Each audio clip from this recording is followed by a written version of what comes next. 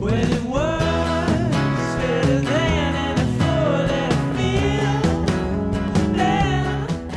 Hello and welcome to episode 9 of Comic Convo. This week I'll be focusing on 2 Image books because recently I've been a bit Marvel and DC heavy, so I thought I'd give the creator-owned issues a bit of a chance. First up we have Rebel Blood #1. Now as you can see, the art by Riley Rossmo, who was the artist on Green Wake, which I reviewed a number of episodes ago. And as I said in the review, his art is really interesting. It's very frenetic and quite sketchy. And the art's used very well in this issue because it's quite a confusing story. It's not told in a linear fashion, so it's quite jumpy and you're all over the place. And the art sort of adds to that because it's quite, you're not sure what's real, what's past, what's present, and it's all sort of confusing.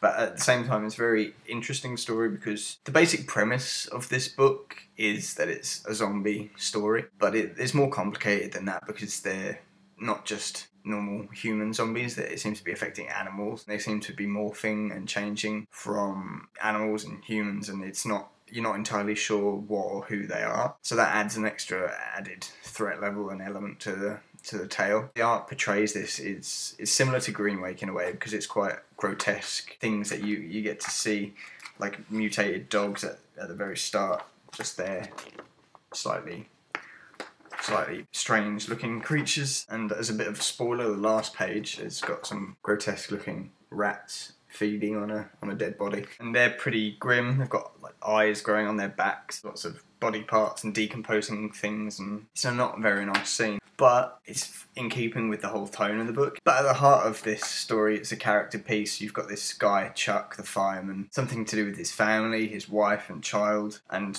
we're not sure what's happened to them, if they're dead, if they're mutated into these things. So it's actually quite a good story about him set inside a zombie world and him coming to terms with the loss of his family. So there's a lot of potential for his character to grow and for this story to unfold around him, and I'm really looking forward to how the two guys are going to make that happen. I'm not sure if it's a limited series or an ongoing, but I'll be picking it up. If it's limited, I'll probably pick them all up. If it's an ongoing, I'll obviously see how it goes month in, month out. But no, I thoroughly enjoyed it. It's kept my interest to get the second issue at least, so we'll see. Now, Grim Leaper #1, as the title suggests, has something to do with death, but also has the quantum leap type element of jumping in and out of people's bodies.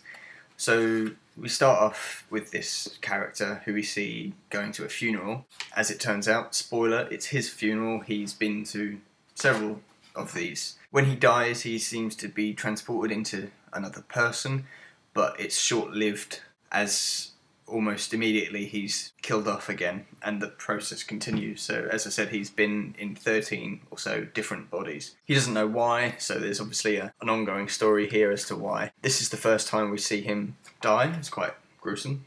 Gets his head knocked off by a tyre. It's got elements of Final Destination to it and Quantum Leap also. It's a story that, has been told, or elements have been told, but they've just been put together in here. There's a nice section of him as he's given a new person to leap into, and we see him as he was before, for the first time before he died. So there's a hallway of portraits of the other people that he's been since his death. There's a bizarre scene of a picture of the person that he's going to become next, and it eats him, and that's when he wakes up as that person. So then we see him coming to grips with this new person, and that's when the story takes a bit of a turn, because the subheading, as it suggests, it's a love story to die for. So we are introduced to a love interest who appears to have the same curse, as it's referred to, as the protagonist. So they get together, they meet up, have a bit of a bonding session, discussing all the ins and outs of this problem that they've got. That's cut very short with the final page, where she dies. So I'm assuming that the ongoing story of this is going to be them trying to get back together, them trying to meet each other. That's going to be really difficult if they don't know what each other is going to look like each time they die. So I feel there's going to be a really strong, interesting story behind that, so I'll be checking that out in the future. This was written by Green Wake author Curtis Wiebe, so he obviously has some interesting ideas about death and what happens after we die. So that's all we've got time for this week. I hope you'll join me next time where we'll have a 10th episode anniversary special.